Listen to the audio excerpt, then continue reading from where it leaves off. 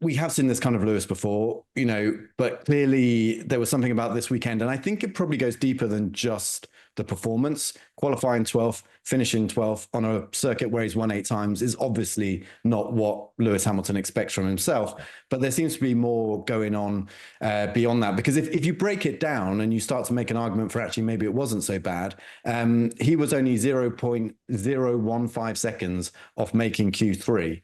And he wasn't that far behind Leclerc. I think we're talking a couple of tenths of a second, which has not been unusual this year at various circuits. So, he was really close to making Q3. And then because the conditions changed so much in Q3, wind picked up, cloud cover, all of a sudden that seemed to play to Ferrari.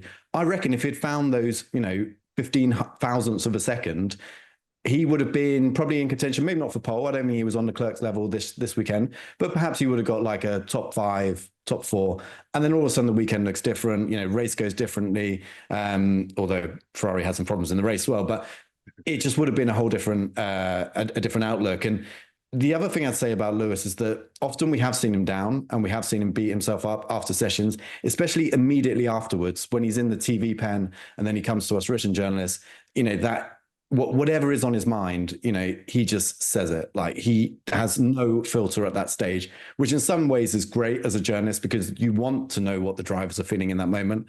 But actually in previous years, pre-pandemic, we used to talk to Lewis about 3 or 4 hours after a race, once he'd had time to go and download information with his engineers, understand what went wrong or what went right.